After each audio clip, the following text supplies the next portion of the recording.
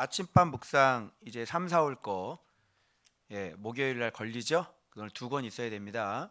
그래서 오늘 목요일 거 하고 그다음에 5월 1일 거 이거 계속 이어가겠는데 오늘까지 시편 41편까지 시편 마치고 5월 1일부터는 출애굽기 다시 들어가도록 하겠습니다.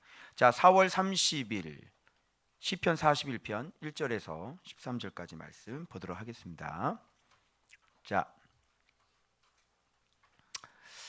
한번 보죠. 네, 이렇게 연결이 되는데, 자, 오늘 이거 설명하기 전에 페북을 보신 분은 이제 이해를 하시겠지만, 엊그저께 어떤 일이 있었냐면, 이런 일이 있었어요. 여러분 이거 잘 들으세요. 자, 봐봐요. 한국교회에서 지금 큐티라는 프로그램이요, 실패한 프로그램으로 여겨지고 있어요. 그래서 그런 얘기를 내가 들었거든요. 큐티는 이제 실패한 프로그램이야. 그리고 큐티에 대해서 여러 가지 말들을 하는데, 큐티는 이렇게 아침에 왜 점 보는 거 있잖아요. 이렇게 오늘 봐가지고 오늘 딱 말씀 딱 있으면 오늘 이거야. 이게 오늘 하나님의 뜻이야. 뭐 이렇게 해서 큐티를 마치 점 보는 것처럼 그런 욕들을 많이 먹었어요, 그동안. 그래서 큐티에 대해서 사람들이 의외로 저는 깜짝 놀란 게 뭐냐면, 이 큐티라는 것을, 이 묵상이라는 것을 모든 그리스도인들은, 교회 다니는 사람은 기본적으로 다 알고 있다고 저는 생각을 했거든요. 그런데 의외로 묵상이 뭐예요? 묵상을 어떻게 해야 돼요? 여러분들도 많이 들어보셨죠? 저는 진짜 깜짝 놀랐어요. 이 큐티라는 것이 제가 고등학교 때에도 있었고요.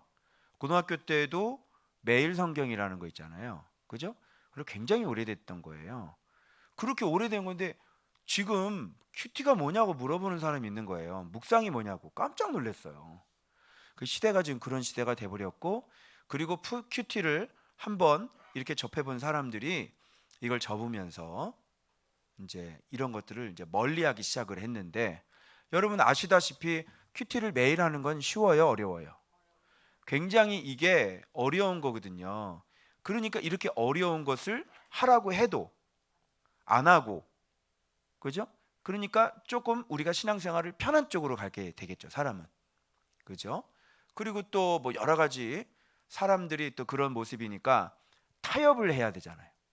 그래서 성도들이 싫어하는 거, 또 성도들이 힘들어하는 거, 그죠? 그래서 교회는 거의 타가소 내지는 유치원 수준으로 떨어졌다고 보셔야지 돼요.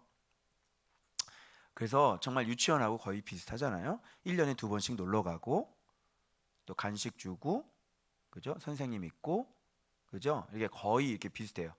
그래서 어떤 뭐 영적인 뭐를 싸운다거나, 또 가르칠 때도 또 이렇게 막 또 무섭게 하거나 또 야단치거나, 그죠?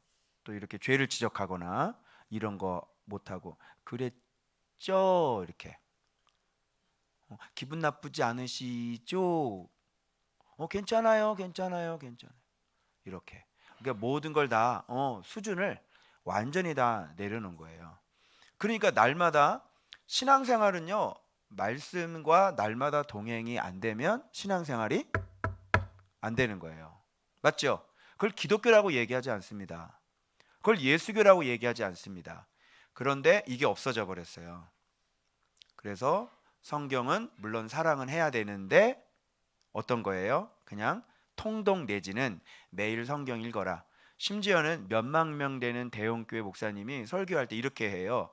여러분 하루에 10분이라도 말씀을 묵상하셔야 됩니다. 대형교회 목사님 이렇게 얘기하는. 기독교 얘기를 포기한 말이죠. 예수교가 뭔지를 전혀 모르는 사람이고요. 말씀이 어떤 분인가를 전혀 모르는 사람. 그죠? 그리고 책을 열심히 읽고 설교를 한다거나, 그죠? 기독교 모르는 사람이고 예수님을 모르는 사람인 거죠. 그 비슷한 예로 실제적으로 어떤 일이 있었냐면, 이번 주에 말만 하면 다 아는 그 큐티, 가장 오래된 그 큐티를 출판하는 그곳에서 큐티 강사셨나 봐요. 16년 큐티를 가르치신 분입니다. 곳에서. 그래서 저도 계속 지켜보고 있었죠. 이분이 큐티 강사를 해서 어느 정도인지. 왜 그러잖아요. 이렇게 좀 이렇게 재보고 싶고, 예, 참, 실력이 어느 정도 되는지, 내가 또 배울 수 있는 게 있는지, 그죠? 이렇게 또 좀 재보고. 도대체 이분은 하나님이 기뻐하시는 분일까? 이분은 진짜 큐티를 한다고 그러는데 예수님을 진짜 아는 분일까? 알고 말씀이 어떤 분인지 알고 큐티를 하는 걸까? 여러 가지 이렇게 궁금한지. 그래서 계속 이렇게 한 얼마 정도 시간이 지났을까요? 한 몇 개월 지났어요. 그런데 아무래도 큐티 쪽에서 그 강사하셨으니까 질문들을 많이 받겠죠. 큐티 어떻게 해야 돼? 이런 질문. 근데 누가 이게 질문을 했나 봐요. 큐티를 하루에 어느 정도 시간을 하는 게 적당하느냐는 누가 독자가 이렇게 질문해요. 거기에 대한 거를 하고 본인이 그걸 가르쳐 주겠다 그러면서 댓글을 적는, 이렇게 답을 적는 걸 보고 제가 이분이 어떤 분인지를 드디어 알게 된 것입니다. 그게 뭐냐면 그분 얘기는 큐티를 30분 이상을 하지 말라는 거예요. 제가 너무 깜짝 놀랐어요. 큐티를 30분 이상 하지 않으면 이 성경 연구가 된다는 거야. 구독이 무서우니까 장을 담그지 말라는 얘기지, 한마디로. 그러니까 아마 이런 고민이 있었다는 건 충분히 제가 이해를 했어요. 뭐냐면 여러분 바리새인들 같은 경우 말씀을 묵상을 하긴 하는데 이게 자기에 대해서 화살을 돌리지 않고 이걸 묵상하면서 저 사람 얘기야, 저 사람이 들어야 돼. 그러면서 목회자들의 굉장히 맹점이 뭐냐면 이 큐티를 한다고 그러면서, 여러분 이런 경우 있지 않았어요? 앞에서 발표를 시키면 이렇게 얘기를 하면서 여러분 이렇게 해야 되는 거예요. 여러분 이거예요. 그런 분들 간혹 만나죠. 큐티 발표시키면. 그랬는데 하나님 이런 분이에요. 하나님 이렇게 해야지 돼요. 이렇게 하는 거예요. 이렇게 발표를 하는 거죠. 근데 큐티는 그게 아니죠. 큐티는 뭐예요? 내 모습을 정말 적나라하게 들여다보고 이 말씀이 나의 어떤 것을 얘기하는지를 화살을 나한테 돌리는 거예요. 그래서 이 말씀의 성령의 검으로 큐티를 할 때 나를 찔러 죽이는 거라니까. 깨달음의 목적은 뭐냐면 나를 죽이기 위함인 거예요. 그런데 묵상을 하는 목사님들 가운데 이걸 하면서 자기는 늘 항상 지적당하는 위치에 있지 않고 자기는 늘 항상 가르치는 위치에 있다 보니까 심지어 큐티를 하면서도 이게 연구를 해가지고 자기는 하나도 바뀌지가 않고 성도들에게 이렇게 가르치는 식으로 한다는 거지. 그러니까 이런 거는 조심해야 되는 건 맞죠. 그러면 그것을 알았으면 묵상을 하면서, 그죠? 그렇게 안 하면 되잖아요. 그래 안 그래요? 그거를 알았으면 말씀을 보면서 고개 털고 이게 내가 뭐라고 말씀하지? 나가 어떤 사람이지? 이렇게 돌아보면 되는 거잖아. 근데 그거를 안 하고 그냥 그렇게 되면 연구가 되니까 무조건 30분만 하라는 거예요. 그러니까 이 뷔페집이 있는데 뷔페 사장님이 음식이 20가지가 있는데 30분 이상 뷔페를 먹지 말라는 거지. 그리고 먹어도 아주 기본적인 거, 스프하고 야채만 먹으라는 거야. 진짜 맛있는 거 뒤에 있는 거는 먹지 말라는 거야. 그리고 나중에 가서 그냥 지식적으로 성경 연구를 한두 시간을 하래. 오후 시간에. 그래서 그 많은 맛있는 양식을 자기 자신을 찔르는 게 아니라 지식적으로 막 연구를 하라는 거지. 그러나 묵상은 딱 30분만. 왜 그래? 왜 그래야 되죠? 난 이게 너무너무, 이 큐티를 아는 사람이건 모르는 사람이건 어떤 일에 대한 효과적인 부분이고 어떤 이런 논리적인 상식적인 부분에서 이게 안 맞아요. 너무 이해가 안 되는 거예요. 30분이 넘어가면 왜 이게 연구가 돼? 여러분 30분이 넘어가고 1시간이 넘어서 말씀을 붙잡고 있으면 이게 연구가 돼요? 왜 그래요? 왜 연구가 돼요 이게? 여러분 우리 임상 해봤죠? 우리 2시간 하죠? 그럼 이게 연구가 되던가요? 막 지식적으로 돌아가고 막 자기에게 이게 찔리는 말씀이 아니라 자기를 바꾸는 말씀이 아니라 막 남을 바꾸려고 그러고 남 가르치려고 그래요? 아니죠. 우리 임상 해봤죠. 근데 왜 그래요? 너무 이해가 안 돼가지고 내가 그건 아니고요. 이렇게 하는 거예요. 그랬더니 이분은 벌써 16년 동안이나 그것을 했기 때문에 저에게 목사님 오전에 30분 묵상하시고 하나님과 관계 가지시고 차라리 오후에 한두 시간 연구하십시오. 그렇게 하시길 기도합니다. 나한테 이렇게 가르치시더라고요. 싫은데요? 왜요? 나 시간 많은데요? 나 맨날 말씀 묵상하면서 이게 빡 깨지고 막 눈물 흘리는데요? 답답해가지고 제가요, 이렇게 큐티를 전문적으로 가르치는 기관 강사가 이래요. 한국교회 볼 것 다 봤죠. 너무너무 마음이 아팠고 정말 이 정도인가 계속 드러나는 거예요. 계속. 그런데 목요일 본문에 왜 30분 묵상하면 안 되는지, 왜 연구를 해야 되는지 목요일 본문에서 얼마나 잘 가르쳐 주셔가지고 30분 묵상이 안 되는 이유, 그리고 제가 글을 썼죠. 쫙 제가 글을 쓴 게 바로 오늘 목에 얼마나 딱 맞게, 자 봐봐요. 여기에 1절에 가난한 자를 보살피는 자는 복이 있다 그랬죠. 그러면 30분 묵상하시는 분들은 이 가난한 자를 구체적으로 연구를 안 할 거 아니에요. 그럼 이제 이렇게 그대로 나한테 주는 인사이트 받으면서 제가 이거를 깜빡 속았어요. 뭐냐면 내가 요거 묵상할 때 몇몇 분에게 제가 물질로 이렇게 좀 이렇게 막 보내드렸거든요. 그죠? 그리고 이걸 딱 내가 묵상하니까 어머 나 복 있나 봐. 어머 나 복 있나 봐. 야 기가 막히네. 가난한 봐봐, 환경도 딱 맞아떨어지고 본문도 딱 맞아떨어지니까 이걸 보면서 누가 의심을 하겠어요. 와 이거는 맞아, 가난한 자 도와주라는 본문이야. 세상에 가난한 자가 도와주니까 복이, 병들 때마다 나 병을 고쳐주신대. 이거 대단한 거 아니니? 가난한 자 섬기면 그렇구나, 원수가 나를 이기질 못하고 주의 은혜로 나를 지키셔서 원수가 나를 이기지 못하게 하시고, 어머나 가난한 자 도와주는 게 장땡이요. 여기에 삘이 딱 꽂히면 이 사람 이제 막 떠들고 다니겠지.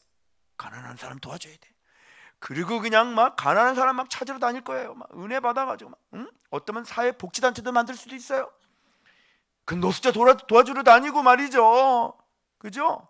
막 이렇게 할 거예요. 그래서 나는 이걸 볼 때, 이렇게 대충 볼 때는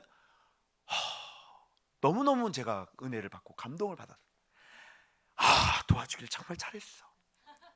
이렇게 했는데 가난한 자를 딱 찍어보니까, 언어를 찍어보니까 이게 달이라는 언어인데, 가난하다는 이 단어가 몇 가지가 있냐면 히브리어에, 자 봐봐요. 여기 보면 달이라는 있고 아니라는 있고, 예부연이라는 가난, 라쉬 또는 루시 이렇게 되는데요. 요게 다 가난이라는 단어예요. 근데 가난한 자라고 다 적혀 있지만 강조점이 조금씩 다릅니다. 달이라고 하는 것은 정말 아주 결핍된 자를 얘기하는 거예요. 뭔가가 결핍된 사람, 가난한 사람이죠. 달이에요. 근데 안이는, 이 안이와 달리 이 안이는 고통과 압제를 강조할 때, 그래서 우리 앞부분 시편 낼 때 가난한 자를 제가 겸손한 자라고 내 얘기했잖아요. 그게 압제당하는 자예요. 압제당하는 자의 가난한 사람을 표현할 때는 아니라고 그래요. 그리고 예부연이라고 하는 말은 근본적으로 필요를 강조하지가 않고요. 그냥 이거는 그냥 니즈만 강조하는 거예요. 니즈. 즉 저 사람 궁핍하다. 저 사람 가난한 자다, 이런 진짜 니즈가 필요한 사람이죠. 궁핍한 사람, 진짜 가난. 요게 예부연이에요. 이 라쉬라는 단어는 또 무슨 뜻이냐면 낮은 계층 알죠? 낮은 계층, 즉 밑바닥에 있는 계층들을 전체를 얘기할 때 루시라는 거예요. 그런데 여기에서 얘기하는 가난한 자를 보살핀다일 때 가난이라는 건 달이거든요. 달이라는 거는 결핍된 사람을 얘기하는 거예요. 그러면 뭐가 결핍됐는지를 모르니까 본문을 통해서 확인할 수 있겠죠. 그래서 가난한 자를 보살폈다 그랬는데 이 결핍된 자를 뭘 결핍을 채워주는지를 보면 되잖아. 그래서 이 보살핀다는 단어가 사칼이에요. 사칼이라는 건 지혜입니다, 여러분. 잠언에서 많이 나오고요. 빈이라는 명철이라는 단어, 지혜라는 단어가 동의어로 쓰여지는 단어예요. 그런데 빈이라고 하는 단어는 양자를 분별하는 뜻이고요. 사칼이라고 하는 것은 지적인 영역인 거예요. 지적으로 배합, 종합적으로 서로 배합을 해가지고 예를 들어서 제가 여러분들에게 어떤 바른 분별, 여러분이 잘 영적으로 분별이 안 되는 것들 있죠, 그죠? 아유, 저분 아니에요, 이렇게 했잖아요. 그런 건 어떤 명철이고, 그거는 주의 뜻이 아닙니다, 이건 뱀의 소리입니다, 이렇게 분별하죠. 여기는 아주 빈이에요.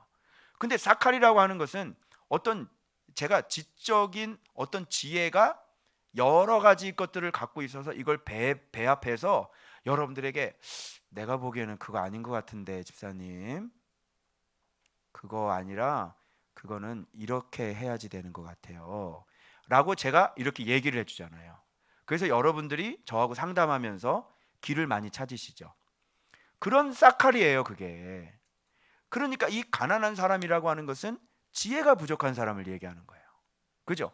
이런 지혜가 부족하니까 어떻게 해요? 낭패를 당하게 되고 인생에서 일로 가야 되는지 절로 가야 되는지 잘 모르는 사람들이잖아요. 그런데 이 사카를 갖고 있는 사람은 평상시에 말씀을 갖고 있는 사람이죠. 지혜자이죠. 그렇기 때문에 이 여러 가지 지식의 방을 많이 갖고 있는 사람이에요. 그래서 이걸 배합해서 정확하게 하나님의 뜻이 어떤 길인지를 정확히 가르쳐 줄 수 있는 사람이에요. 그러니까 이 사람은, 가난한 자를 보살피는 사람은 오늘날로 얘기하면, 여기서 얘기하면 누구를 얘기하는 거랑 마찬가지야. 여기서 지금 그런 역할을 누가 하고 있어? 내가 하고 있죠. 말씀 보는 자들이 하는 역할이에요. 그러니까 말씀 순종하는 사람, 말씀을 진짜 아는 사람, 이 분별력이 있는 사람, 여호와를 진짜 경외하는 사람, 이렇게 말씀에 순종하면서 가는 사람.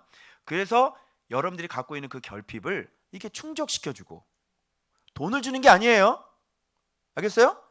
여러분들에게 바른 길을 제시해서 제가 보기에는 그거 아닐 겁니다, 그거는 집사님이 잘못하신 거예요 하면서 이건 사실 집사님 문제세요. 네, 이렇게 얘기를 해드리죠. 그래서 여러분들이 전혀 막 부부관계도 막 꼬여 있어서 어디가 잘못된지 모르잖아. 그래서 제가 이렇게 딱 그건 이렇고요, 이건 이래서 이런 거예요, 그래서 이렇게 하시면 좋을 것 같아요, 내가 얘기를 해드리죠. 이런 영역인 거예요, 이 사칼이라는 게. 결국은 가장 하나님의 뜻에 순종할 수 있는 가장 최적의 지혜를 여러분에게 알려드리는 거죠. 그래서 말씀 가르치는 자를 얘기하는 거예요. 그런데 30분 묵상을 하게 되면 이런 거 나와요, 안 나와요? 자, 보세요. 그러면 제가 여기에 보살피는 사칼이라는 것과 빈이라고 하는 거, 이미 잠언에서 내가 매일매일 말씀으로 살았기 때문에 알았죠. 그럼 내가 30분 묵상을 했으면 사칼이 뭐고 빈이 뭔지를 알겠어요, 모르겠어요? 모르겠죠. 그런데 엉뚱하게 나와서 물질로 가난한 사람 도와주라는데 이 본문은 그런 본문이 아니라니까. 그런데 어떻게 하나님과 교제가 돼요? 출판사 입장에서는 만인이 큐티를 해야 큐티집이 많이 나가겠죠. 그래서 출판사 입장에서는 큐티의 수준을 내려서 누구나 큐티할 수 있도록 만들어야 되는 거 아닙니까? 그래서 출판사에서 가르쳐주는 큐티를 배우게 되면 그렇게 되는 거예요. 큐티의 대중화. 어떻게 큐티가 대중화가 됩니까, 여러분? 누가 말씀을 사랑하고 누가 좁은 길로 들어가요? 좁은 길로 들어가는 사람은 많아요, 적어요?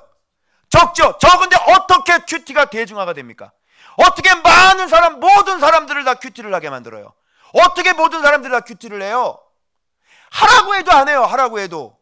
그리고 하라고 해도 못 해요. 아니, 목사님들이 매일매일 큐티를 하는 것 자체가 불가능해요. 근데 어떻게 모든 사람이 큐티를 할 수 있어요?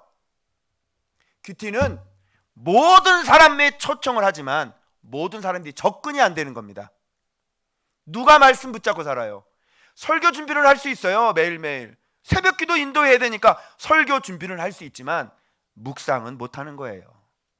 묵상은 이거 붙잡고 콰이어 타임이라고 붙이는 게 묵상이 아니라, 묵상은 진짜 진리가, 성령께서 가르쳐주는 진리가 진짜 제대로 된 해석이 들어오고, 그것도 오랜 생활 주님의 말씀 가운데 붙잡힌 사람에게 네가 진짜 말씀을 사랑하는구나, 그런 사람에게 성령님이 옆에 딱 붙어서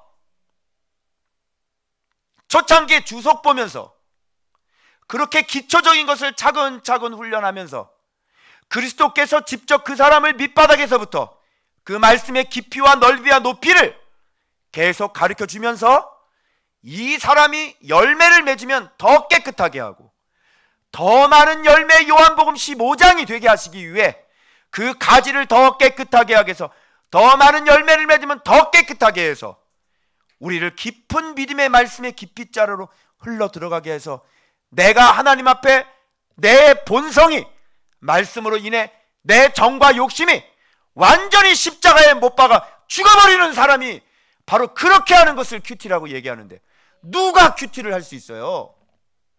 여전히 살아있잖아요. 그죠? 그래서 그 유명한 목사님 입에서 말도 함부로 나오잖아요. 그런 건 큐티가 아니죠.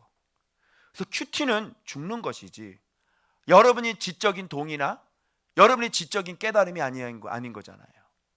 그런 사람만 큐티를 할 수 있는 거예요. 어떻게 큐티를 모든 사람이 다 해요? 주님이 성경을 바꿔야 돼요. 좁은 문으로 들어가는 사람은 많다, 얼마든지 할 수 있다, 다 들어가자, 이렇게 바꿔야죠. 성경을요. 좁은 문으로 들어가는 사람은 많아요, 적어요? 적어요. 극히 적어요. 청함 받은 사람은 많아요. 그죠? 근데 택함 받은 사람은 적어요. 택함 받은 사람이라는 건 큐티하는 사람들이에요. 묵상을 통해서 자기 자신을 죽이는 사람이에요. 고르고 골랐다, 이런 얘기예요. 누가 그 길을 걸어갑니까? 누가 죽어요? 누가?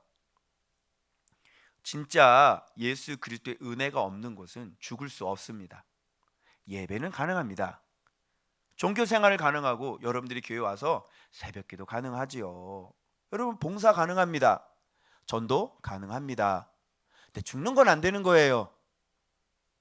죽질 않아요. 죽는 건 아무나 못하는 거예요. 그 그리스도의 은혜가 있어야 되는 거고 좋은 밥만 죽을 수 있는 거예요. 그래서 뒤에 복이 있다라는 것도, 이 복이 에쉬에르죠. 에쉬에르는 먼저 어떤 복도 여러 가지죠, 단어가. 그죠? 먼저 어떤 복을 받아야 에쉬에르가 됩니까? 바라크가 되어져야 에쉬에르가 되죠.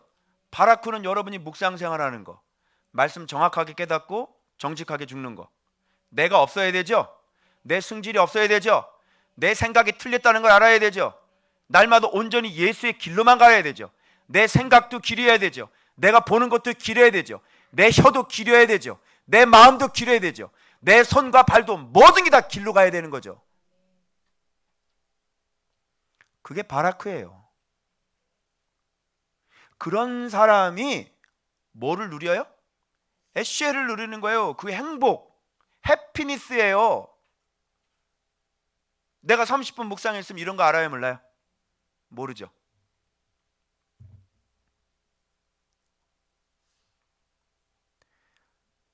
그리고 이 본문이 있는데 진짜 그럼 30분 묵상이 진짜 제대로 교제가 되려면 한 3절 4절 3절 4절 가지고 다 30분 하면 딱 좋을 거예요.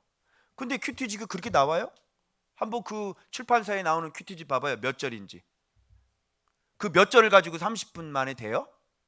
무슨 뜻인지나 이해가 돼요? 아니 무슨 뜻인지 이해가 돼야 뭐 교제를 하지. 여기서 나한테 뭐라고 말씀을 하시는 거를 내가 알아들어야 그래요? 제가 그랬어요? 제가 잘못인 거예요? 정말 죄송해요. 난 정말 몰랐어요. 뭐 이렇게 말하는 거죠. 근데 여기서 얘기하는 게 뭐라고요? 이해 안 되는데요? 조금 알아듣고 아니 네가 있잖아 예배당 무조건 예배당 가라고요? 이렇게 또 하면 안 되잖아. 뭔가 무슨 얘기라고 말씀하시는지를. 그리고 신학교에서 우리 다 배웠죠. 아니 이게 몇천 년 전에 기록되어진 건데 문화가 다르죠. 언어가 다르죠. 환경이 다르죠. 맨날 텍스트 콘테스트 얘기 안 했니? 그리고 마지막 성령의 다이얼을 맞춰라. 문맥으로 파악해라. 그죠? 그때 당시 사회적인 문화적인 배경을 파악해라. 30분 돼? 되겠어요? 어떻게 이런 얘기가 나왔는지 난 도저히 이해가 안 돼요. 아니 16년 동안이나 큐티를 가르쳤는데 어떻게 이런 얘기가 나왔는데 이해가 안 되는 거예요. 그러면 연구 시간 따로 갖고 큐티 시간 따로 갖고 이렇게 하는 거예요? 그러면 필히 연구 시간 가지십시오 이렇게 얘기를 하든가. 그죠? 그래서 에쉐르라는 거 복도 이런 걸 내가 정말 말씀을 연구했기 때문에 그죠? 내 30분짜리를 내가 인생을 안 살았다니까 매일매일 말씀 붙잡고. 그리고 말씀 사랑이 30분만 하고 싶어? 얘기해봐. 말씀 사랑을 30분만 하고 싶어? 나 오전 10시에 가서요 저녁 6시에 왔어요 도서관에서. 그렇게 내가 3년을 살았고 저녁에 10시에 큐티 시작하면 그 큐티 은혜 받은 거 다 기록하고 자면 새벽 2시예요. 그렇게 말씀이 생명인데 그래 고작 30분 붙잡고 네 영이 한번 테스트 해봐. 여러분 지금부터 30분 동안 묵상하고 교제가 되는지 여러분 안에 있는 죄가 끊어지는지 한번 테스트 한번 해보자고. 죄 나가요? 안 해본 사람이야. 안 해본 사람. 이렇게 안 살아본 사람들이 이런 거짓 선생들을 하고 앉아있다니까. 자기가 진짜 영성이 뭔지 살아봐야 될 거 아니야. 진짜 이 시대가 지금 이런 시대예요 여러분. 어떻게 생각하세요? 그러면 성경은 그렇게 30분 얘기한다 볼까? 성경은 뭐라 그랬어? 네 자녀들에게 앉았을 때든지 누웠을 때든지 미간에 새기고 목에다가 메고. 잠언은 뭐라 그래? 네 눈동자처럼 말씀을 지키라 그랬는데 이렇게 안 하면요 여러분 한 번에 훅 갑니다. 그거 모르죠? 여러분 말씀 생활이 잠언에서 얘기해 준 걸 그렇게 안 하면요 한 방에 여러분 영혼이 훅 가버려요. 그거 몰랐죠? 나도 매일 2시간 꾸준히 하는 게 자랑스럽게 되는데 잠언 보니까요 잠언은 그렇게 얘기한 적이 없어요. 눈동자처럼 네 말씀을 지키라 그랬지. 성경 본 거야. 16년 했는데 성경 본 거야 안 본 거야? 안 본 거죠. 그렇게 대충 하니까 성경에서 그리고 말씀이 어떤 분이라는 기본적인 이 눈뜸이 없이 묵상을 하면 다 꽝이에요. 그런 거 다 지식인 거고. 그러니까 맨날 삶을 살아라. 이런 얘기하지. 이 무식한 얘기를 안 살아봤으니까. 진짜 삶을 살려면 먼저 뭐가 와야 돼? 알미 와야지. 알미, 깨달음이 와야지. 그래서 예수님께서 맨날 얘기하는 게 들으라, 구어, 그리고 뭐래? 깨달으라, 쉬니에미. 예수님이 맨날 그 얘기한 거 아니에요? 듣고 깨달으라. 그래서 복, 이 한 절만 딱 봐도요 가난한 자, 달, 보살피는 자, 보살피는 거 사칼, 복, 에시에르. 그러면 이제 어떤 자가 복이 있는지 아시겠죠? 그 얘기예요. 그러니까 여러분들이 여기와 똑같이 이런 복을 받으시려면 여러분이 말씀 생활하셔서 이 지식이 없는 이 말씀에 싹할 지혜가 없는 자에게, 이 결핍된 자에게 여러분들이 어떻게 해야 돼요? 그들을 가리키면서 그들 잘 보살펴야 되는 거예요. 그래서 이 미련한 자가 우리가 이렇게 자랑하고 송축하고 찬양하면 그런 어리석은 자들이 우매한 자들이 듣고 기뻐하리라, 두려워하고 기뻐, 이러잖아요. 그렇게 되는 거예요. 그래서 여러분이 먼저 말씀을 알고 말씀을 깨닫고 말씀의 위대한 단맛을 알고, 그 다음에 말씀을 만나지 못해서 인생이 막 엉망진창인 분들이 허다하게 많으시죠, 교회 안에. 그런 분들에게 집사님 말씀 묵상 한번 해보십시오. 아니에요, 예수님 그런 분이 아니에요. 집사님 예수님 믿으시죠? 근데 지금 왜 이러세요? 예수님이 어느 정도일 것 같으세요? 집사님 질문 하나 할게요. 하나님의 능력과 지혜가 어떤 거예요? 한번 대답해 보세요. 하나님의 능력과 지혜가 뭐예요? 집사님 하나님의 능력과 지혜 있으면 되시잖아요. 하나님의 능력과 지혜가 뭐예요? 예수 그리스도죠. 예수 그리스도가 말씀이죠. 그렇게 모르는 사람들한테 이렇게 얘기를 해줘가지고 이 사람들이 집사님 말씀이 복이에요. 말씀 순종하는 게 복이에요. 그동안 왜 집사님이 그렇게 힘들으셨는지 알아요? 길로 가지 않으셨잖아요.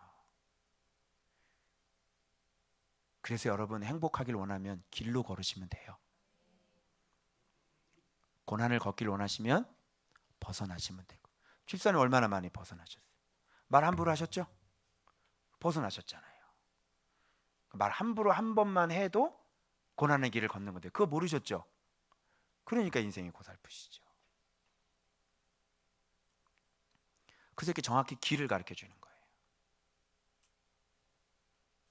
그래서 이런 자는 너무 기가 막힌 게 병상에 누울 때마다 고쳐주신대.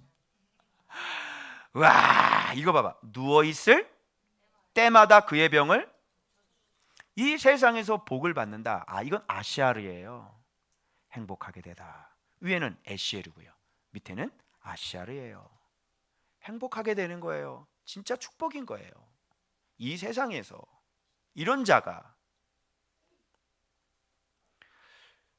그래서 원수들의 뜻에 맡기지 않고요, 이 사람은 하나님께서 친히 붙들고 병상에도 붙들고 있는 거예요. 누워있을 때마다 의사가 고치는 게 아니라니까, 주님이 고치시지. 그의 병을 고쳐주시나이다. 그죠? 내가 주께 자, 내가 강조할 이거야. 잘 들어요. 이제 여러분은 이게 별로 이슈가 되지 않을 거예요. 근데 저에게는 이게 이슈예요. 제 위치에서는, 지금 제 단계에서는 바로 이게 이슈예요. 자, 여러분 자부심이 있죠. 이렇게 가난한 자를 보살피는 말씀을 가르치면 저 같은 경우는 자부심이 있을 거예요. 그죠? 그리고 하나님 앞에 은혜로, 그분의 은혜로 정말 죄를 짓지 않고 정말 은혜로 이렇게 막 전쟁을 가고 있단 말이에요. 그죠? 그게 복이 있대요. 그런데 이거죠. 내가 주께 범죄하였사오니 나를 고치소서. 이런 사람도 어때요? 범죄가 있는 거죠. 제가 여러분 물어볼게요. 제가 아무리 이렇게 간다고 그래도 제 안에 머리털마다 많은 죄가 있을까요, 없을까요? 있는 거죠. 그런데 아마 여러분이 저 정도라면, 목사님 정도라면 내가 만족을 해. 그럴 수 있지만 내가 여전히 하나님 앞에 죄인이라는 것을 꼭 깨달아야 돼요. 제가 이것이 확 들어온 거예요. 내가 죄인이구나. 내가 하나님 앞에. 그러니까 하나님께서 저 인정 많이 해주세요. 저를 기뻐해 주시고요. 지금 보여주시는 거, 함께하고 있는 거, 그런 간증들이 겁나게 많아요. 그건 자부심이 들어오겠죠. 그런데 그렇게 자부심으로 계속 가는 게 아니라 여기 이거 보면 제가 겸손해야 될 이유가 나오는 거예요. 저 생각으로 공격 많이 받고요, 마음으로 공격 많이 받아요. 그리고 생각하지 말아야 될 생각들도 많이 해요. 자, 죄인이에요, 아니에요? 죄인이죠. 근데 이렇게 떳떳하게 자기가 대단한 사람이라고 그렇게 하면 안 되죠. 지금 이런 사람이 병들었어요, 안 병들었어요? 병들었잖아요. 그러니까 저도 병들 수 있는 거죠. 이걸 알고요, 겸손해야 되는 거예요. 그래서 하나님 앞에 자기 자의식을, 내가 하나님 앞에 사랑받는 사람이라는 생각을 내려놓고, 하나님, 저는 열심히 말씀을 가르쳐 주셔서 결핍된 자를 가르치고 있고요. 그러나 저는 머리털보다 많은 죄악이 있는 그런 죄인입니다. 이런 본문을 통해서 또 깨닫는 거예요. 주님, 저를 용서해 주시고 교만하지 않도록 도와주세요. 이렇게 제가 이 본문을 통해서, 그래서 이게 뭐냐면 봐봐, 복을 받는 자지, 그리고 자, 주께 범죄하지 않는 것에 연결됐죠. 이게 나를 온전한 중에 붙드시고, 이렇게 연결이 되는 거예요. 그러니까 온전한 자가 어떤 자인지 알겠죠? 죄가 없는 자가 아닌 거예요. 자기의 죄성을 알고 자기 안에서도 지금 끊임없는 죄가 올라오는 것을 겸손히 인정하면서, 그러면서도 하나님 앞에는 붙잡혀서, 그죠? 웬만한 죄는 안 짓죠. 그러나 내 안에서 얼마나 내가 악한 죄인인 것을 내가 스스로 아는 거죠. 그래서 절대로 교만하지 않고 절대로 제가 고개를 숙일 수 있는 사람인 거죠. 이런 사람을 뭐라 그러냐면 온전한 자다, 이렇게 얘기하는 거예요. 저 사람 죄가 없이 완벽하다, 이런 뜻이 아닌 거예요. 그래서 바울도 나는 나는 곤고한 사람이야. 내가 죄인 중에 그거 맞는 거죠. 이제 알겠어요? 이렇게 이걸 온전이라고 얘기하는 거예요. 그래서 온전한 중에, 그렇다고 뭐 바울 선생님 뭐 여러분 뭐 이상한 짓 안 합니다. 또 헷갈리면 안 돼요. 그래놓고 바울 선생도 죄인이라 그랬으니까 뭐 이렇게 해서 그래. 착하지 마. 너 고민하는 거하고 네가 짓는 거하고 바울 고민하는 건 달라. 그런데 그렇게 되기까지 바울 계속 훈련했을까 안 했을까요? 성장이 계속 성숙해 갔죠. 그렇게 해서 주님께서 그 사람을 계속 자라게 하시고 성숙. 그런데 계속 이 사람이 몰라서 그런 거니까 또 가르쳐주고 또 깨지고 또 순종하고 또 성숙하고, 이제는 또 고차원적인 것도 몰랐던 거 깨닫고 또 고꾸라지고 또 순종하고, 계속 가고 있고 잘 가르치면서 뜻이 있어서 가고 있는데 넘어질 때마다 이럴 줄 알았어, 이런 돌대가리 일로 빡 때리고, 또 넘어졌네, 너 요거 죄인 거 몰랐지? 일로 와, 빡 때리고. 그래 안 그래요? 이제 무슨 개념인지 알겠어요? 그렇게 주님에 의해서, 말씀에 의해서 계속 훈련되어 가면서 이 사람은 계속 깊은 그리스도의 은혜 가운데 성화되어 가고 있는 사람이에요. 그런 사람은 너 요거 몰랐지? 넘어졌지? 팍 때리고. 그런 분이 아니라니까. 여러분 자녀를 기를 때, 아이고 너 이거 몰랐어? 몰랐지? 또 넘어졌구나. 일로 와봐. 팍.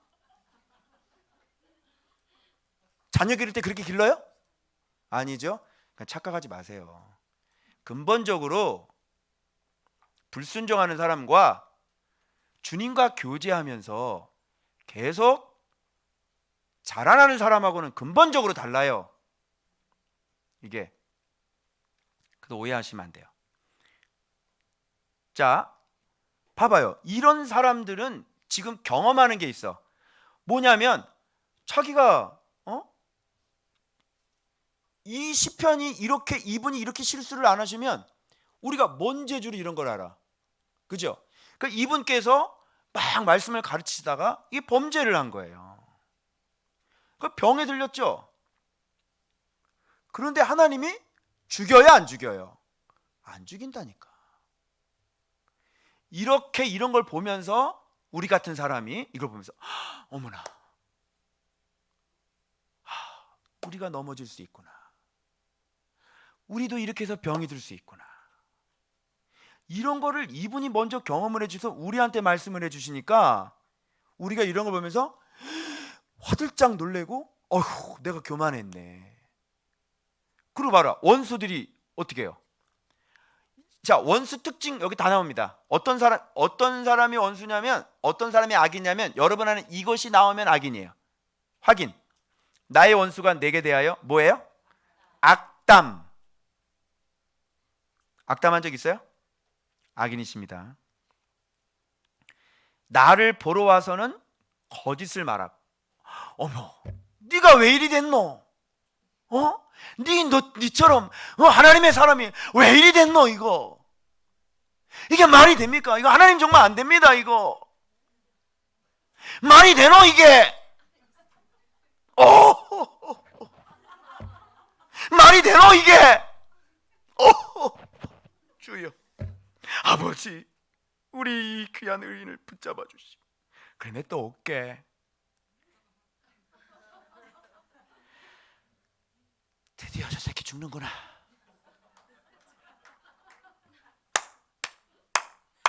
브라보. 그 중심에 악을 쌓았다가 나가서, 야, 걔 알지? 걔 죽을 병 걸렸단다. 내 교만하더니, 응? 지가 뭐라고? 지가 그리스도의 제자란다. 내 그럴 줄 알았어 내가. 수건. 널 만나면서 걔 병 들었대. 죽을 거야. 그럼 하나같이 내게 대하여 수건. 아이고, 무슨 예수의 이름 같은 소리하고 앉아있다. 그럼 그렇지. 또 아유, 어떻게 나를 해하려 완전히 꾀하는 거야. 악한 병이 그에게 들었으니 이제 그가 눕고 다시 일어나지 못하리라. 게임 끝났구만. 이렇게 얘기하는 사람이 악인인 거예요. 그러니까 이렇게 말씀 가르치다가 이렇게 병 걸린 사람, 속이 어떻게 되겠어요? 이 속을 누가 알아요? 정말 가난한 자 열심히 보살펴서 그 사람이 살린 사람이 몇 명인데, 그죠? 그런데 그렇게 그 사람이 범죄를 해서 넘어지면요, 그냥 득달같이 달려들어서 물어뜯는 거예요. 이게 악인입니다. 그래서 이런 사람은요, 이런 걸 다 이제 경험하는 거예요. 그뿐만 아니에요. 내가 신뢰하여 내 떡을 나눠 먹던 나의 가까운 친구도 나를 대적하여 그의 발꿈치를, 이거 어디서 많이 들어봤죠? 요한복음 가룟 유다 13장 할 때 그 성경이, 요한복음에 나온 성경이 시편 몇 편? 41편을 인용한 것이에요. 여기 확인시켜 드리죠. 내가 요걸 빼먹었었거든요. 시편 그거 사실은 어디에 기록되어 있는지 제가 몰랐어요. 그 조사했는데 설교할 때 그게 생각이 났어요. 아, 이거 조사 안 했네. 설교 준비를 열심히 했는데 안 했네. 그런데 여기 나오는 거예요. 감사해요.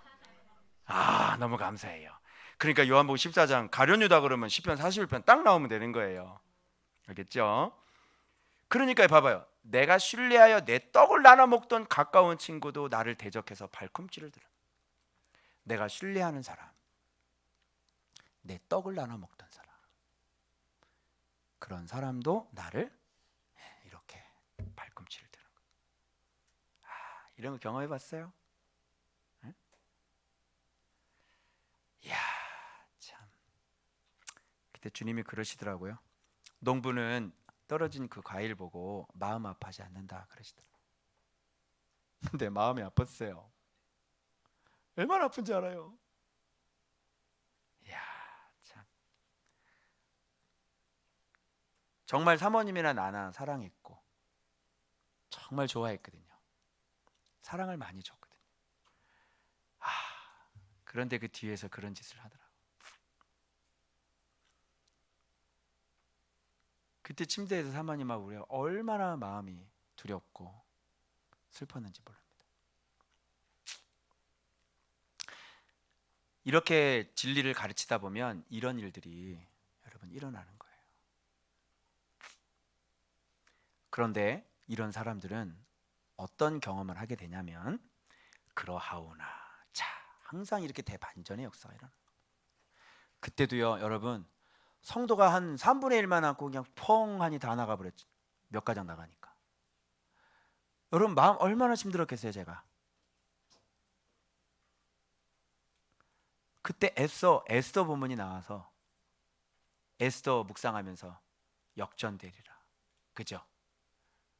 그때 저기 누구야 그 집사님, 나갔던 집사님, 그 알죠? 그 돈 꺼달라는 집사님 있잖아요. 네, 지금도 돈 꺼달라는데 그분 오시고 그죠? 참 그 사람을 통해서 하나님, 이야, 전도자를 붙여주실래나 그러면서 막 역전되리라.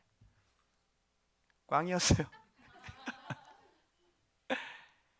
그런데 놀랍게 거기에서 김지영과 김호신이 나타나기 시작을 하고 그죠?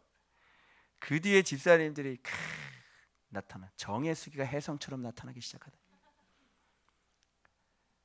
막 이러더니요, 막 오더니 사람들이 채워지는데 나간 사람마다 더 많이 들어왔어요. 근데 그것도 업그레이드 돼서요.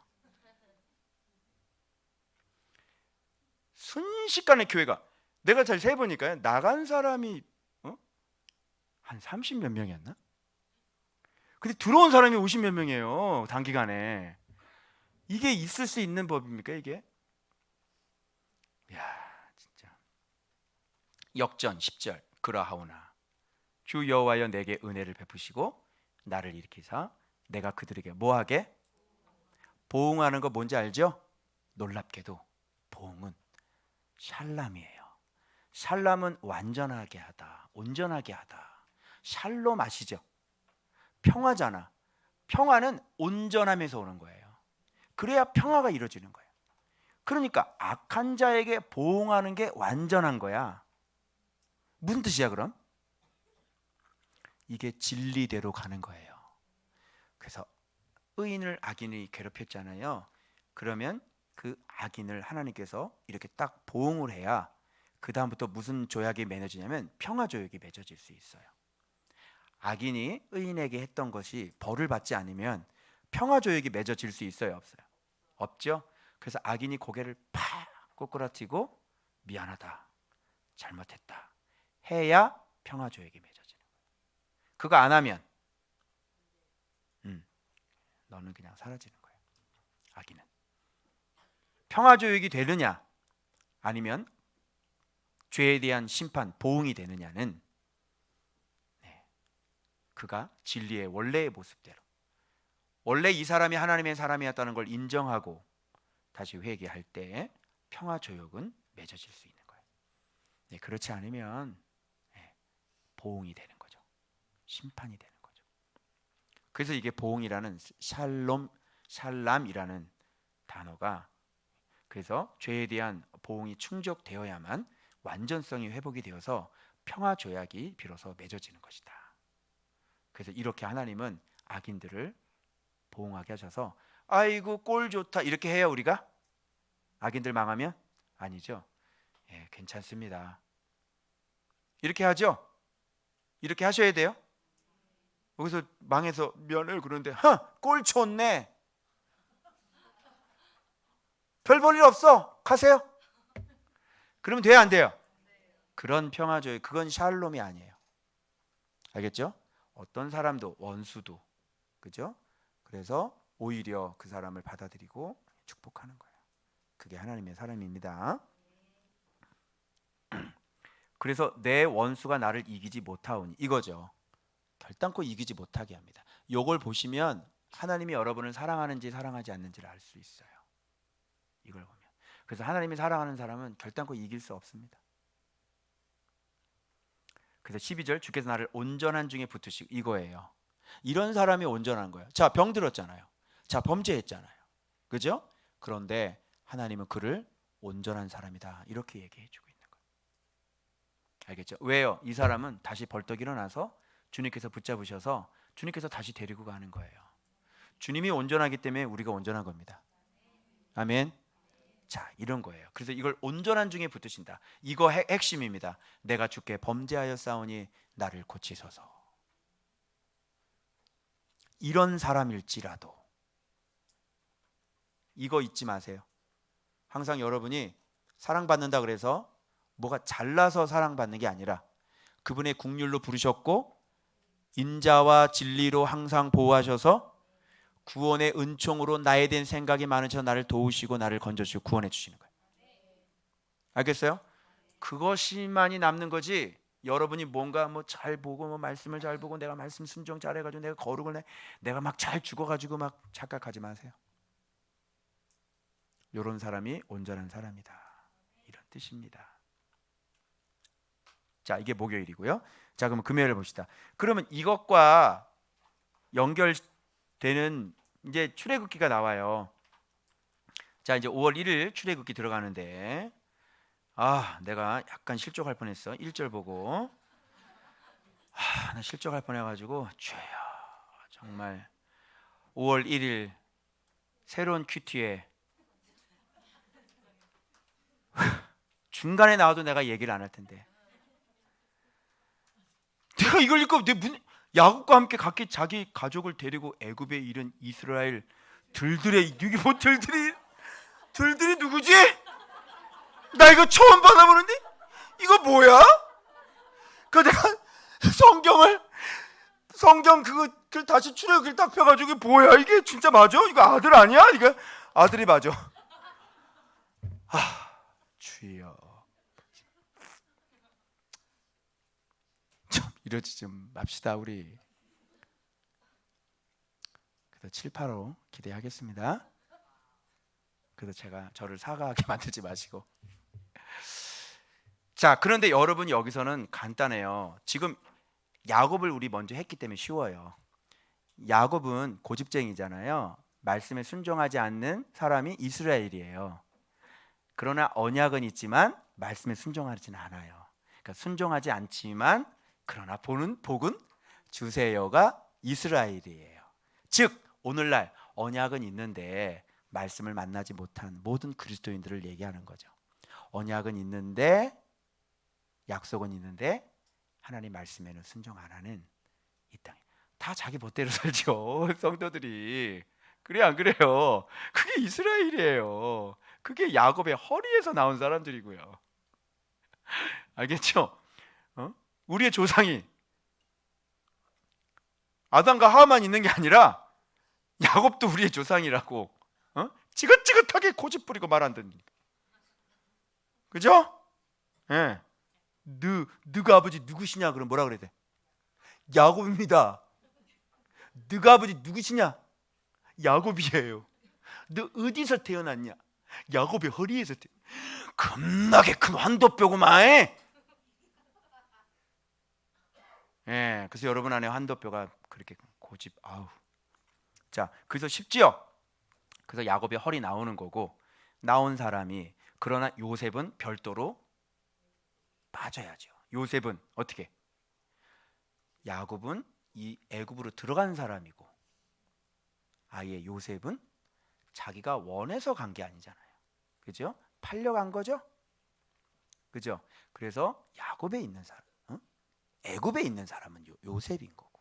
이렇게 구분이 서로 되는 거예요. 자, 중요한 거 이거죠. 자, 6절. 여러분 사사기하고 좀 비교해 주셨으면 좋겠어요. 요셉과 그의 모든 형제와 그 시대의 사람은 다 어떻게 했어요? 죽었고 그리고 요셉을 알지? 새 왕이 일어나죠. 자, 그 시대 사람은 죽은 것과 요셉을 알지 못하는 새 왕이 일어나서 무거운 짐을 지고 학대를 하는 것과는 무슨 관계가 있을까요? 자, 인생의 무거운 짐을 지고 인생의 아주 고난의 길을 걷는 사람은 어떤 사람이 고난의 길을 걷어요? 야곱이죠. 그죠? 야곱의 전 인생은 언약도 있었지만 겁나게 고생 많이 한 사람이잖아요. 험악한 세월. 그런 사람들은 어떤 사람들이에요? 말씀이 없고, 즉 말씀이 없다는 건 순종하지 않는 사람들이죠.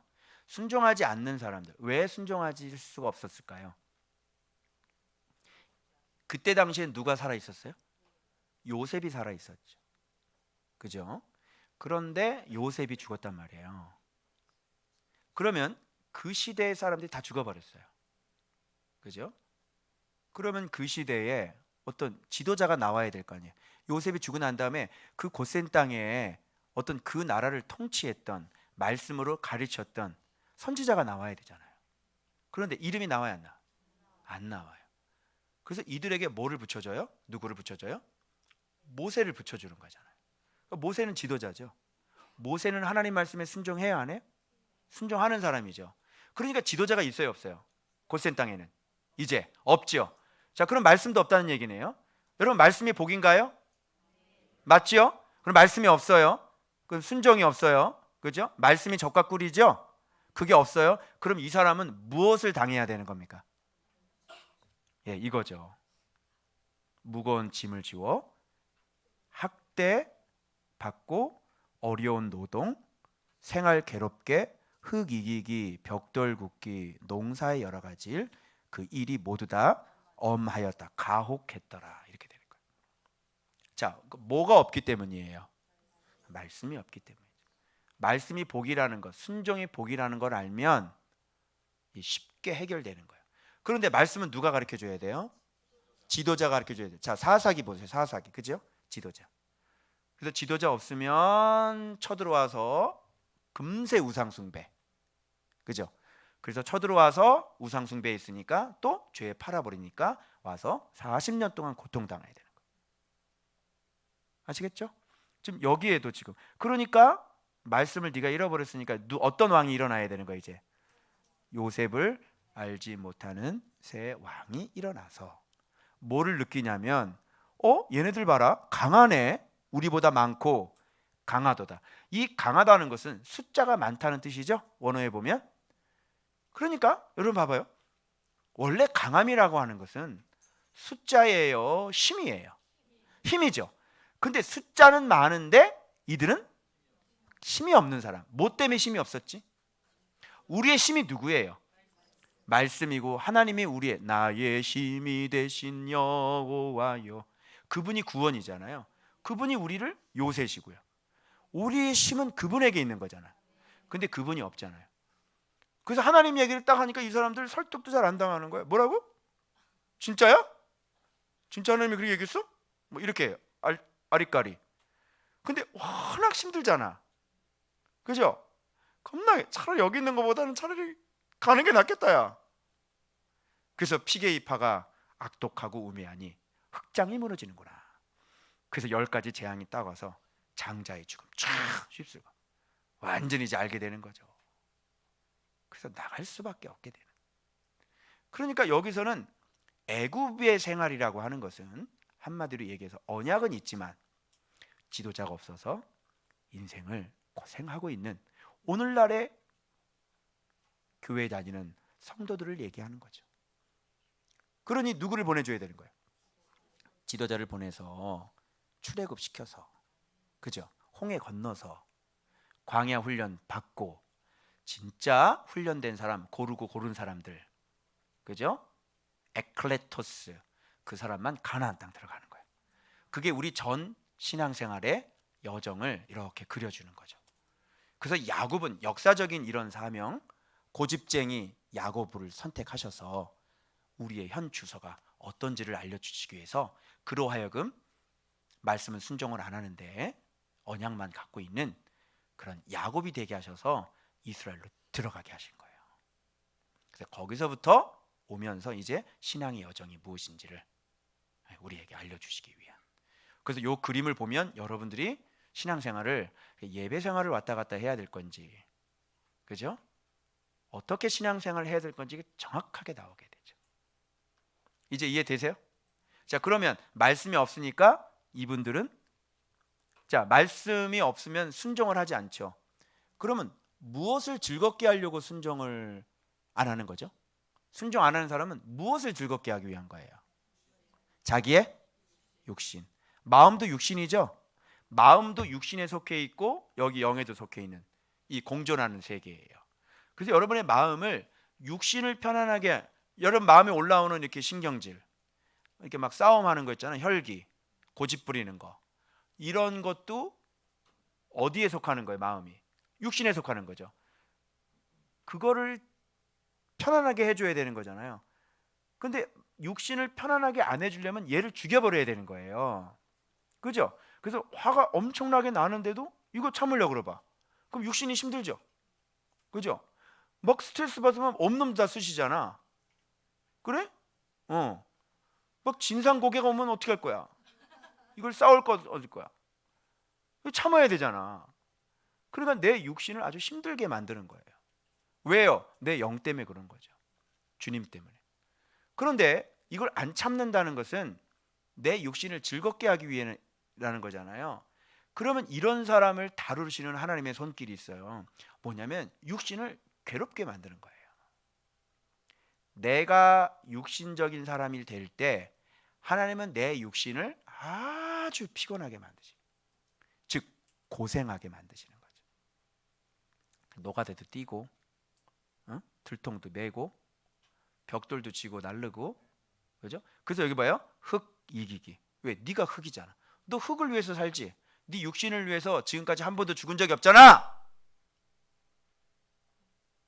그러니까 네 입으로 들어가는 게 적어야 되는 거고, 늘 항상 물질에 쪼들리고 살아야 되는 거고, 늘 항상 그렇게 힘든 일을 네가 하면서 네가 이렇게 살아야 되는 거잖아. 네가 안 죽었잖아, 말씀에. 그러니까 이런 삶을 살아야 되는 거예요. 그러니까 이 사람은 뭐 해야 되는 거예요? 말씀이 없는 곳에서는 흙 이기기, 벽돌 굽기. 얼마나, 야, 안 돼, 안 돼, 쟤 더 괴롭게 해, 더 괴롭게 해. 그런데요, 괴롭게 하면 할수록 이건 어떻게 벌어나요? 막 번성하는 거에 더. 이게 무슨 뜻일까요? 이게 무슨 뜻이에요? 고난은 받는데 떠불어나. 자, 제가 설명할 테니까 잘 들어요. 하나님의 언약이 있는 사람이 불순종을 하게 되면 언약은 굉장히 강하죠. 언약은 못 꺾었죠. 하나님의 그 인자하심을 못 꺾는다고. 그래서 이 사람들을 써야 되는 거예요. 하나님의 계획은 변함이 없어요. 여기서 완전히 불려가지고 출애굽을 시켜야 된단 말이야. 그런데 순종을 안 하죠. 그럼 바로의 입장에서 볼 때는 점점점 강해지니까 이건 하나님의 언약은 왕성해요. 근데 나는 언약과 서로 맞추질 않는단 말이야.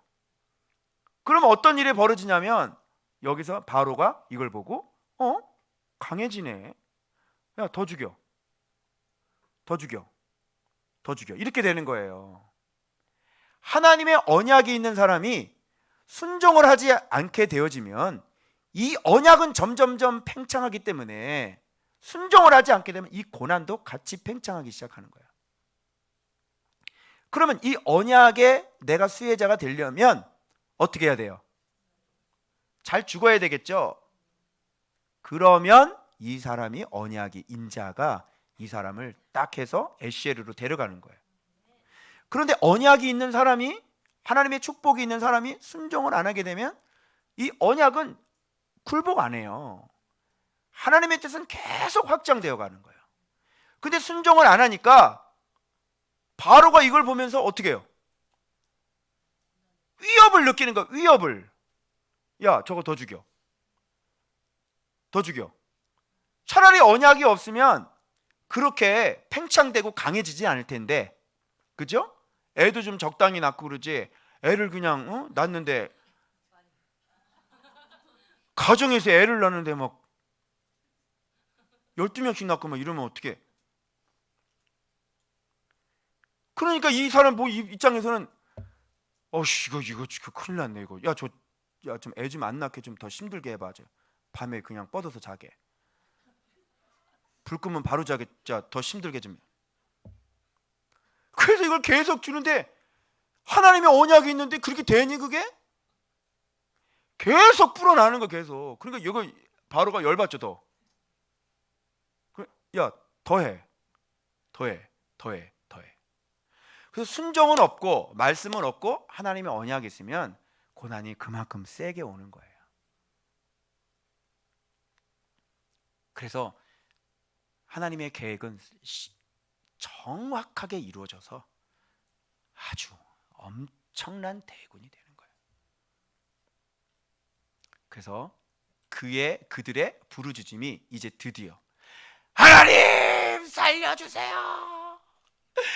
잘못됐습니다.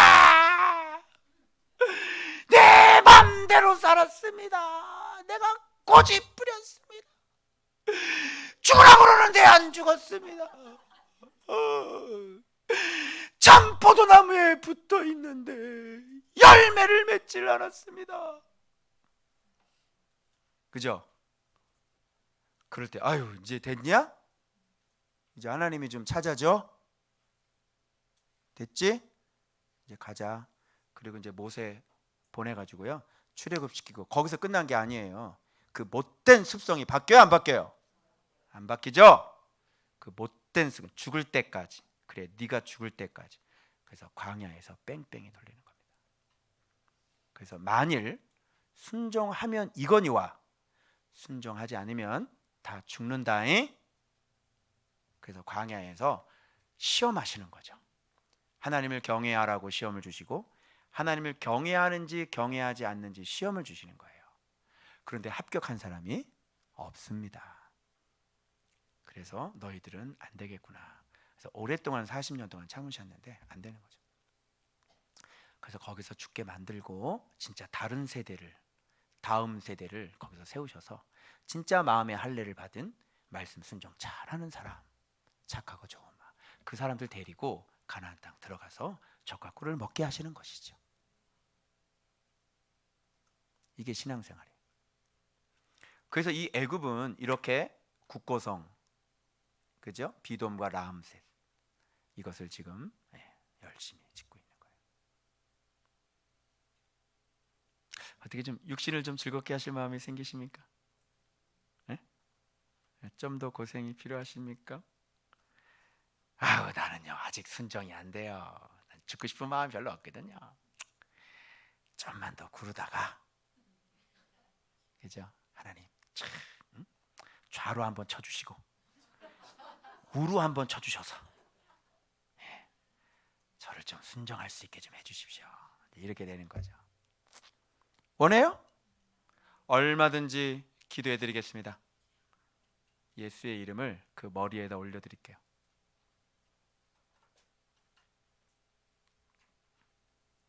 진짜 기도하면 돼요. 그렇게 원하시는 분은 찾아오시기 바랍니다. 여러분이 찾아오시지 않으셔도 제가 판단하기에 이거 안 죽겠구나 판단되면 제가 여기서 이 자리에서 기도할 거예요. 그냥 머리 위에다 올려놓을 겁니다. 각오 단단히 하시고 오늘 이 기회를 철저하게 다시 회개하고 죽을 건지 안 죽을 건지 빨리 마음 결단하셔서, 그래서 내일 요한복음 15장 강의하거든요. 그래서 어떤 가지가 제거당할 가지인지 내일 본문 말씀으로 확증하시고 여러분의 포지션을 다시 정하셔야 될 것입니다. 사사기더라고요. 사사기. 그 시대 사람은 다 죽었고, 그래서 요셉을 알지 못하는 새 왕이 일어나야 될 이유가 있었던 거죠. 왜? 말씀을 잃어버렸으니까, 지도자가 없으니까, 그렇죠? 네. 그래서 다시 한번 잘 생각을 해보십시오. 그래서 이런 힘든 삶을 계속 살 것인지, 어떻게 할 것인지, 아니면 잘 죽을 것인지. 자, 드디어 출애굽은 시작이 됐습니다, 여러분. 그래서 지도자 없는 시대입니다. 언약은 있는데 그 수는 많으나 말씀이 없어 힘이 없는, 복이 없는 백성의 대표적인 상징은 요셉이 죽은 애굽에 사는 이스라엘의 자손들, 무거운 짐을 지고 사는 학대받는 백성들을 가리키는 것이 지도자 없는 시대예요. 지도자 없는 시대, 말씀 없는 백성, 이렇게 살 수밖에 없는 것이죠. 여러분에겐 지도자가 있습니까? 우리의 지도자 예수 그리스도입니다. 여러분에게는 순종이 있습니까? 죽음이 있습니까? 그러면 여러분은 에시에를 경험하게 될 겁니다. 병상에 누워있을 때에도 주께서 고치실 것입니다. 원수가 이기지 못할 것입니다. 여러분을 세우셔서 반드시 승리하게 하시고 여러분 온전한 중에 붙드셔서 영원토록 주 앞에 세움 받으시는 여러분들 되시길 주 예수의 이름으로 축복합니다. 기도하겠습니다.